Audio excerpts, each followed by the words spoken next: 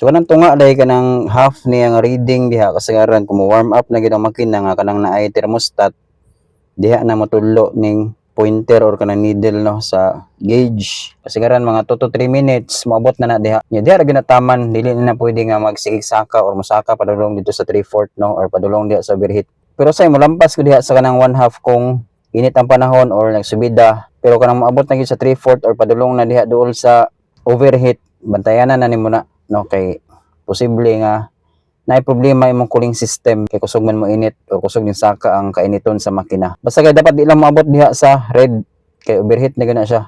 Pero kung wala thermostat kasagaran di nakaabot sa tunga ano narana usahay diha sa kanang unang guhit o ikaduha. Labi na diri sa Pilipinas ginatanggalan og thermostat, mapansin niyo makadrive mo pohon nga di nga maabot sa tunga bisan pa og layo na kay imong nabiyahe. Okay, pero kung naay thermostat, dali ra kinam saka budong tunga. Lansang na gina diha kung good ang imong cooling system or kung dili lang kaayo init ang makina. Pero anang nagsubida lagi og kanang nakaluger ka permanente.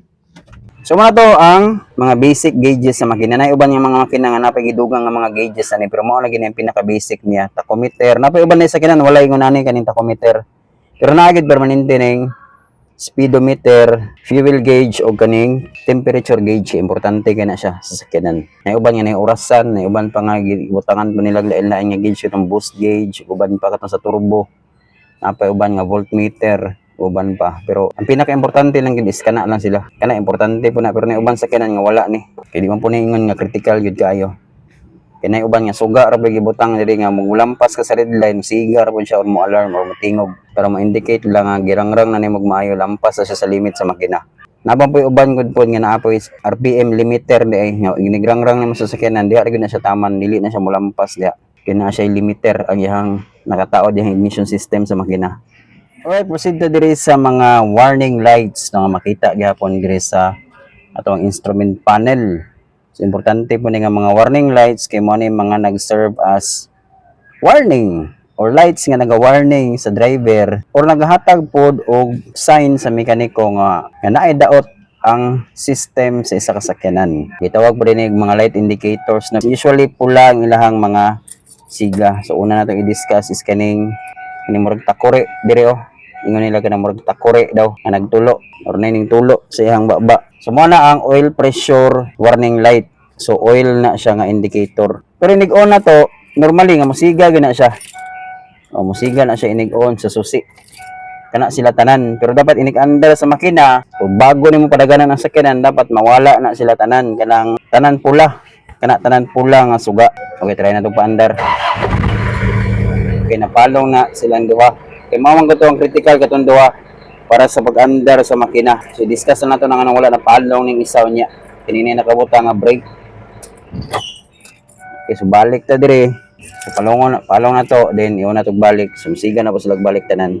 So kaning oil pressure warning light dapat mapalong na kay kung magsige na siya siga, while nag-under ang makina or nag-drive ka ning kalit ra nagsiga, bot pasabot na ay problema ang linya sa imong asiti or imong asiti na mismo. Pwede nga nabuslot to imuhang oil pan, kay nagdagan ka bukid niya. Hait ang mga bato na igug bato tong ilalim sa oil pan nagisi or nabuslot niya sige nimong padaga na hurot musiga na siya kay wala na siya na-detect or katong switch nga nagapalong or nag-operate ana wala na na-detect nga asiti or wala na asiti nga nakapalong sa iya. I-discuss ra to na sa mga musunod nga videos kung unsa nga mga switches ang nagapapalong ana. Basta kay kung magsiga na siya pirmi nag-andar ang makina, pinakauna nihubas imong asiti nahurot. Ikaduha is nadaot ang imuhang oil pump, wala na ning bumbaw asiti. Puno pa imong oil pan pero wala na nakasirculate asiti sa makina kay nadaot or katong bumba sa asiti ang oil pump dili na mo gana or nadaot na. Is nadaot tong mga bearings o katong mga agianan sa asiti sa makina. Usually kung mahilis to mga main bearing, connecting rod bearing, hilis na kaayo, dito magod kasagaran mo aging asiti. Pag hilis na dako nagbangag o dako nag clearance, manglusot na lang dito ang asiti. So naay oil leak sa sulod sa makina.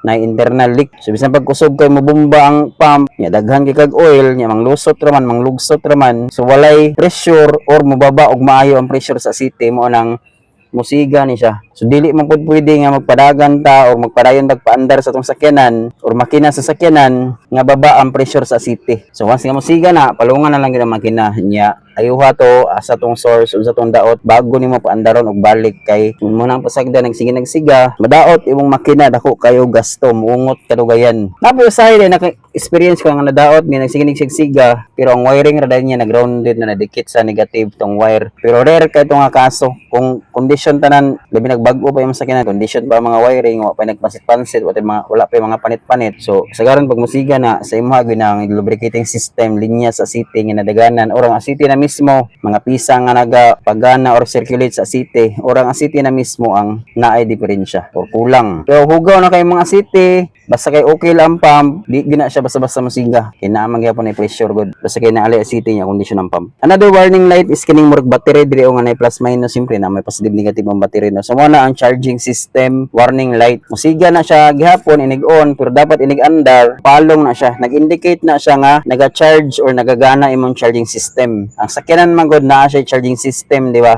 Kanang charging system mugana ra na siya inig mo andar na makina no kay diha ra man pud nga tay motuyok ning gitawag og alternator. Mura na siya gamay nga generator sa makina nga inig tuyok mo produce ni og kuryente. Ikatong i-produce nga kuryente ani mo toy mo charge anang battery. Nya siya na po mo-supply og kuryente sa mga suga, aircon, tanan-tanan nga electrical components sa sakyanan. So under sa sakyanan mostly pahulay na ning battery. Gamit na ning battery during starting. Siyempre kinahanglan man og kuryente tong starter inig start. Pero ug mo under na tanan electrical device sa sakyanan, suga, pati ning headlight, signal light ug tanan-tanan. Kining alternator na appeal to iyang mga components dito sa sulod, mga voltage regulator ang naga-supply og kuryente. Kini siyang alternator, part ni siya sa charging system. So kung madaot ning alternator o mabugto ning belt, di nakatuyok ang alternator, ma-detect dito sa voltage regulator.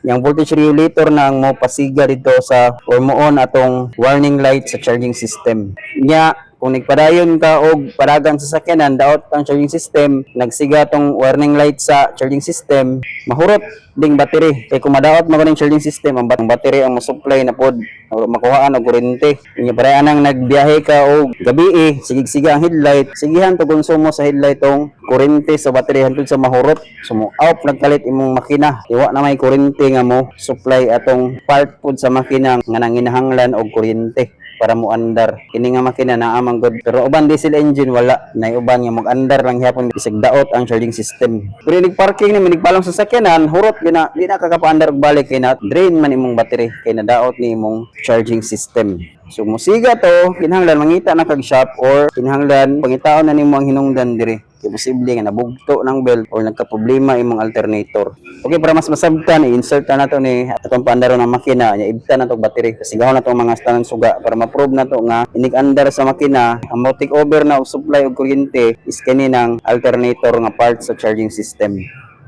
Nya isa po din sa pamaagi para ma-test kung mogana pa ba ang charging system. Indaron kasi gahon ang suga then ibto ng battery. Kita na to on nya start papalong na kaya ito on nya start palong gina dapat ng oil pressure warning light ug kanang charging warning light. Okay, palong silang duha. Kaya ito on headlight. Nya hazard ta. Kasi maon na to nga mga suga, doon na to. Bali ang battery lang is stabilize lang sa voltage no pero mostly ang charging system ng supply na anak tanan. Ito na to ning battery. Ito na kong battery. Sa pagduha ka buhok ato ito. Ang ping lang nga dili nimo sangyad sa body ground. Positive man diri. Na. So disig yandar gyapon, inisigar gyapon ang mga suga.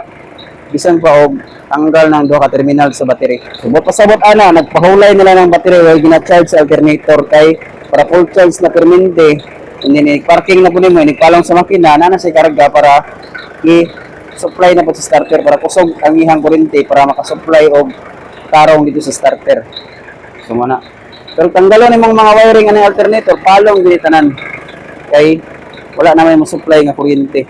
So nag-supply di ani karon balik ko na ko kaning alternator nga part sa charging system.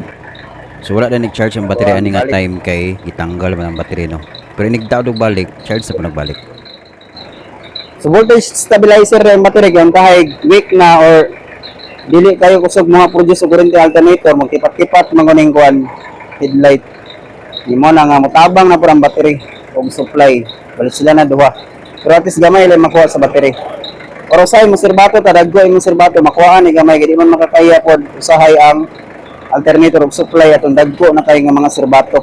Mapil nag-supply ang battery. Pero dili man po ka mag-sirbato pero may, di ba? Dinagmay na po na makuha sa battery. Kaya duha man sila magtabang sa sirbato.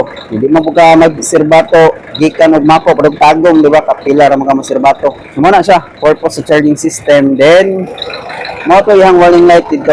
Nag-indicate na okay siya.